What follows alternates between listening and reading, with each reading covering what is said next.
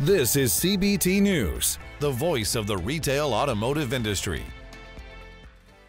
Hi everyone, Jim Fitzpatrick with CBT News. Thanks so much for joining us this morning. Today we have a special guest with us, Mr. Steve Greenfield of Automotive Ventures and also the host of Friday 5 and Founder Focus, found right here at the CBT Automotive Network. Steve, thanks so much for taking the time out of your schedule to join us. It looks like you're in the studio, and I'm actually not in the studio. I'm in a remote location here, but thanks for joining me today. I want to talk about last year, some of the trends that came out of it and such. So I appreciate you taking the time. Jim, as always, it's nice to join you and I look forward to the conversation.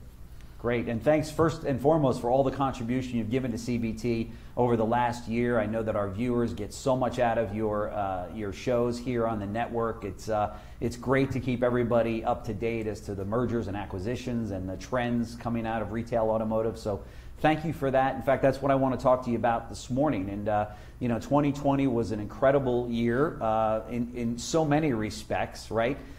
Dealers are still kind of shaking their heads going, what was that all about? March, it looked like the business was shutting down and dealerships were shutting down. We didn't know what the future was going to hold. And then lo and behold, May, June, and July come around and oh my gosh, they're like barn burners. So many dealers reported, record-breaking months, incredible gross and net profits on units. They lowered their cost in advertising. They increased their productivity from salespeople and F&I departments and service departments and such. So I want to talk to you because I know you've got your hand on the pulse of all things retail automotive. So talk to me about some of the takeaways and some of the lessons learned from 2020 and then how that's going to apply moving into 2021. Yeah, I mean, what a crazy year, as you kind of very nicely summarized. But a year ago, we were in Las Vegas at NADA. Right? That's exactly right. Well, yeah, and we heard a little bit about COVID at that point, but I mean, no one really was taking it seriously, and no one really knew what the impact was going to be. But we all had a really good NADA. It was a really good NADA a year ago, and here we are now. It's like, wow, what a year it's been. It seems like it's a 10-year span crammed into a year, but very, very quickly things started to shut down, right? I mean, we had the plant closings. A lot of dealers were forced to close. A lot of the vendors gave rate concessions or just gave a couple of months for free to dealers for relief. Yeah. Who would have known that we would have fast forward to Q3 and had record profits for both OEMs and dealers, and here we are. I mean, there's still uncertainty, but I mean, now that we've got vaccines and they're getting out there, despite the fact that we're having some supply chain issues, I mean, I think everyone's feeling very, very confident now, and as a result, a lot of the money that was sitting on the sidelines through COVID is now committed. So we are seeing amazingly large deals hit in December and a lot of rumors about things that are going to hit now. But to answer your question, I think that the two big themes that came out of last year really were fueled by COVID. And one was sort of digital retailing and the fact that any dealer that wasn't committed yet had to commit. So I think all the digital retailing solutions did quite well. Some got some, large funding rounds. And then we saw, what happened with these online retailers like Carvana and just these crazy market capitalizations as money came in and said, look, we're seeing the future of how consumers will buy cars. I think there's no dispute about that. How quickly that will hit for the average dealer, who knows? But that money came in, and then in the theme of a lot of money sloshing around, we saw this new mechanism for companies to go public via a special purpose acquisition corporation, or SPAC, and we saw a whole slew of EV manufacturers on the back of Elon Musk becoming now the most wealthy person in the world, right? So Tesla's stock price was buoyed for a lot of reasons. So between the themes of e-commerce and electrification, we saw a lot of money and a lot of new interest, new money coming into the automotive space last year. All while a national, or I should say a worldwide pandemic is happening, right? And people are masking up and staying home and if anything, maybe they're buying campers. The camping industry was 300% increase in boat sales and bicycle sales and lo and behold, vehicle sales. And it was amazing. Dealers were reporting that they were down to, in some cases, a 1-week supply of vehicles on their lot. Much different than back in February where they had maybe a 5 or 6 month supply of vehicles on their lot, right? Right. And just absolutely crazy times. It is indeed, and a lot of the profitability we saw in Q3 was because dealers didn't have to discount because they didn't have the inventory. So whether it was used or new, the OEMs did not have to open the spigots on incentives. So the OEMs made billions of dollars more in incentives that they would have otherwise had to deploy around overproduction. So I mean, the fact that supply was limited and consumer demand stayed strong meant really healthy dealerships and OEMs. Right, right.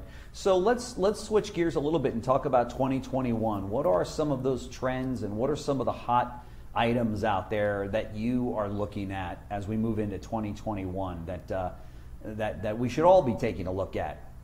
Yeah, so I mean the themes are going to continue. So I mean there's still over $1 trillion in like dry powder capital in PE funds and in VCs that needs to get deployed. And you know the clock ticks. They can't sit idle. They have to call that capital and get it deployed. And now that there's more confident, we can see the stock market's at all-time highs. There's interest rates are all-time lows. So they aren't going to be parking all of this money in anything that's interest-bearing. It's going to come in to companies. So it's a good time. You know, if you're looking to raise capital or go public, there will be more of these SPACs. You know, the SEC has reduced the hurdle on direct listings. So now companies can literally just can directly list into stock markets. So we will see a lot of companies, these billion-dollar so-called unicorns, many more of those going public this year, having a public currency. I think that what I would call the Carvana effect that has brought a lot of new money in to say, what will COVID do ultimately in terms of creating an inflection point with consumers demanding and adopting online car buying? That's going to fund a whole new group of companies that look a lot like Carvana. And I think that in parallel, we saw a lot of changes last year in the auction space, where auctions were closed for some time. You know, the second largest auction in the U.S., ADESA or Car Global, has publicly proclaimed they aren't going back to physical auctions. They're going to stay 100% digital. Manheim only very slowly has started to open up the auction lanes to dealers. And I think that this has given a lot of tailwinds to online players as well. So we're going to see more big transactions in online retailing, definitely more electric vehicle manufacturers going public this year, and a lot of funding for earlier stage startups, especially in the areas of online retailing and wholesale auctions. Sure. I had the benefit of interviewing the global chief marketing officer for General Motors and Ms. Wall, and she reports that they are going full speed ahead into the EV industry or the EV market. They've got some 30 new vehicles that are going to be hitting the market here in the next 4 or 5 years. Their new battery company guarantees, I think 450 miles on a charge. I mean, they're really gearing up in a very big way. I asked her, what's the end game? Are we going to wake up one day and every vehicle out of GM will be an EV? And she said, well, that's kind of where we're going. We see the future as, an EV environment. There's got to be a lot of opportunity for small companies and vendors to that industry, right? I mean, you've got so many different EVs coming in, and then you've got obviously the traditional companies such as GM and Chrysler and the others that are, or not Chrysler, but FCA and the others that are retrofitting their factories as we speak, right? Yeah, I mean, I saw something earlier this week that 52% of new cars sold in Norway now are EVs. And part of that is top-down, government stimulus to try to encourage people to buy EVs. But we are seeing in some of the European countries, France is an example too, EVs are starting to really take off and consumers are starting to buy EVs. And I think the U.S. will be slower. We love our, internal combustion engine V8s with manual transmissions here. I mean, just for the love of vehicles. But I do believe that, all the OEMs are preparing for a world where there's some combination of government regulation in terms of internal combustion engines and consumer demand. I think as range gets longer, people are going to be less concerned about running out of battery, running out of juice on the highway, and worrying about where do I find a fast charging station. If I have enough range in a vehicle, then I can take a trip from where I am in Atlanta down to Florida and not worry about having to stop halfway to get the vehicle charged. And I think that will be an inflection point. But to your point, they're, as a result of that, the OEMs are investing in hedging by investing in either EV manufacturers themselves or in EV technology. And the other thing we can talk about is autonomy. I mean, the number of companies now that are raising money, some at billion-dollar valuations around, LiDAR and EV, autonomous vehicle sort of enabled technology companies is amazing. It really is amazing. So this is going to be a theme you are absolutely going to see for the remainder of this year and going forward. Big money coming into EV technologies that extend range, and then actual the chassis of these EV companies.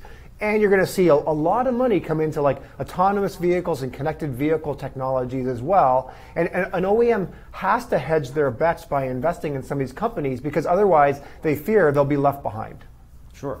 Should retail dealers be concerned about this revolution out there to the EV, to selling EVs and the entire EV push or movement out there, in the sense that the combustion engine certainly is more of a maintenance type situation for dealers that drive profits in fixed ops, and we might see some of that go away if the dealers are selling more EVs. I mean, just plain and simple, they don't require the same amount of maintenance, right? Yep, that's right. Yeah, I think two things. I mean, one is exactly that.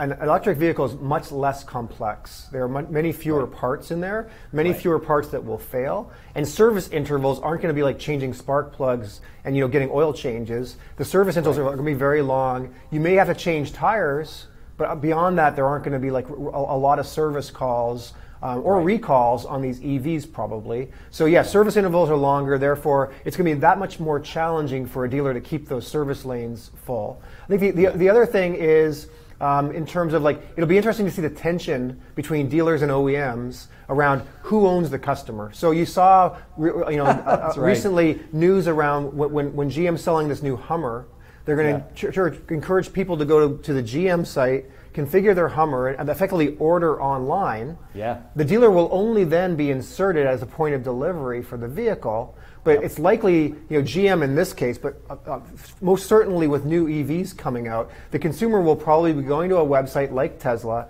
configuring the vehicle, and the dealer runs the risk of not having the strength of the relationship with the consumer that they would have in the past. So now you got a dealer that's only going to be inserted at the end, can't build that rapport to upsell the consumer on F&I products, et cetera. And then also run the risk that, hey, the consumer may not even come to me for service, especially for a vehicle that's much more reliable, and the service intervals are longer. So it's going to be interesting to see how all that dynamic plays out between the OEM and the dealers. That's right. I agree. And that's making some dealers, nervous, right? As it should. They're looking at the industry as a whole long term and saying, where's all of this headed? Because this really will be a new set of circumstances for us. That being said, we saw some of the largest acquisitions and mergers last year in buying, automobile dealerships. Oh yeah, $750, $800 million deals going down. Yep. Are we going to see more of that in 2021? Do you think? Yeah, I mean, so I know, Jim, you probably get to speak to more dealer owners than I do, but yes, this trend will absolutely continue. You talk to any of the folks that represent, from a banking standpoint, the buyers and sellers in the physical dealership market, there's a huge pipeline. There's a ravenous appetite by folks like Lithia to buy. They've signaled that very publicly. And when I talk to dealerships that own single points, really I think this is the time to either sell or consolidate. If you don't have a plan to either sell or consolidate, I don't think it makes sense, given all these uncertainties we're talking about with electrification and autonomy and all these things, to sit there and say, hey, our family has owned a dealership for 3 generations. We've got 1, 2, or 3 stores, and we're just going to continue to operate them. I do believe, and I talk to a lot of dealers, and they are thinking is now the right time to sell?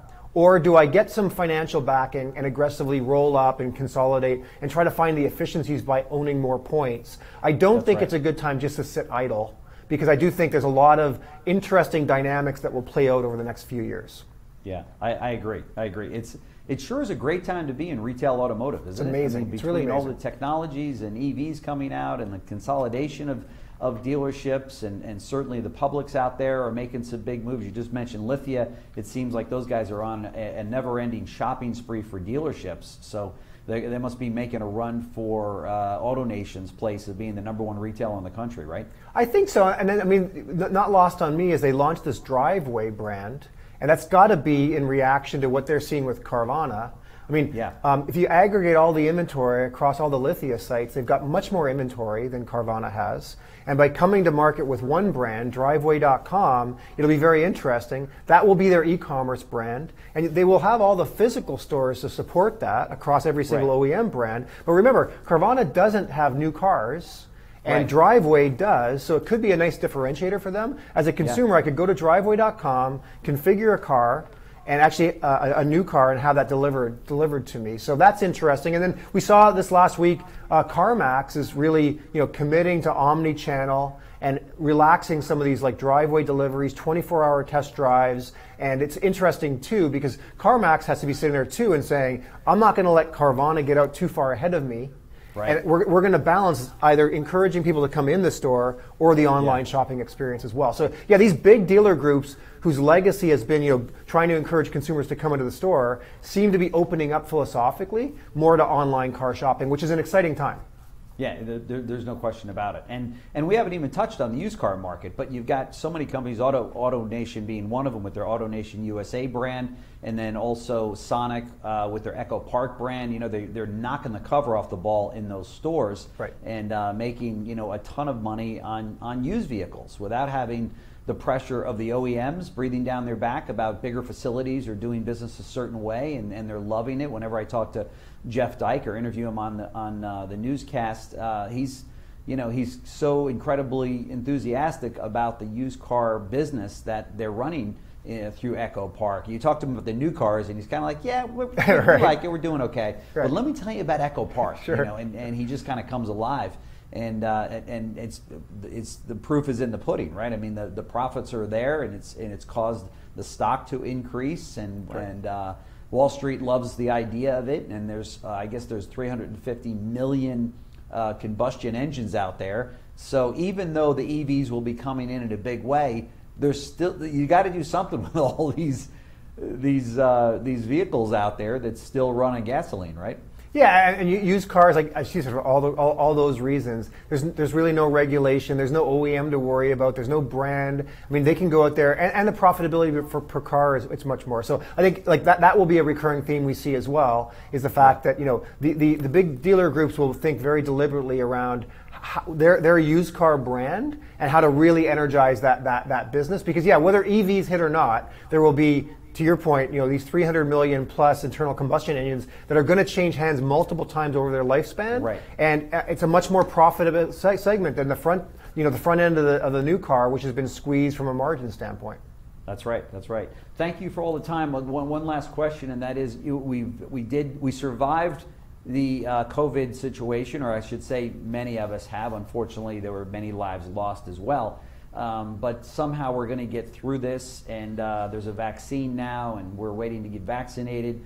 But we also, I don't know if we've survived it or not, but there was a presidential election. What kind of an impact will a Biden administration have on retail automotive and all that goes along with that? I know that he mentioned, on his stump speeches that he wants to put 500,000 charging stations out there for EVs. He's very pro-EV and the environment. So what kind of an impact will this have?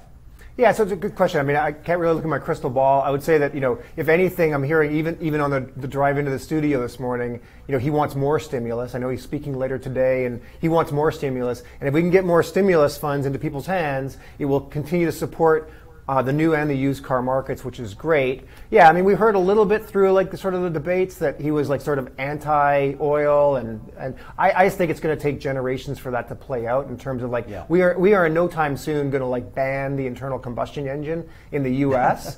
But I do think that there will be stimulus, and there'll be like the infrastructure, like you said, to support electric vehicles. There'll be stimulus for people and incentives for people to buy electric vehicles, and we will see like more and more as range increases and reliability increases. We will see a greater percentage of new cars sold as EVs, which have all the impacts we mentioned on the dealers. But I think it'll be good. I mean, this has already been priced in the stock market. The stock market continues to be super resilient, even with all this uncertainty with the presidential handover. But I do believe that from a dealer standpoint, the stimulus check will be the big news. When that gets into people's hands, I think we'll see a very, very strong start of the year in terms of consumer demand for goods, including vehicles. Right, right. I agree. I agree. It's going to be a great year in automotive. Cox Automotive, Jonathan Smokes, their chief economist there, said that they actually increased their SAR prediction for 2021 to 15.6 million new vehicles, which that's another great year in car sales. It is. It is a good bounce back from last year for sure. If they can keep the plants running, I know they've had some challenges from a supply chain from microchips and things, but they need to make sure that the supply chain is tuned in, and if they can keep the plants running, I think it'll be a good year for new car sales. I agree. Steve Greenfield of Automotive Ventures and the host of Friday 5 and Founder Focus right here on the CBT Automotive Network. Thank you so much for all the time you've given me today. I really appreciate it. Keep up the great work because our viewers love your shows. Thank you so much. Well, as always, Jim, it's good to talk to you and good to catch up. Thanks. Thanks for watching CBT News, the voice of the retail automotive industry.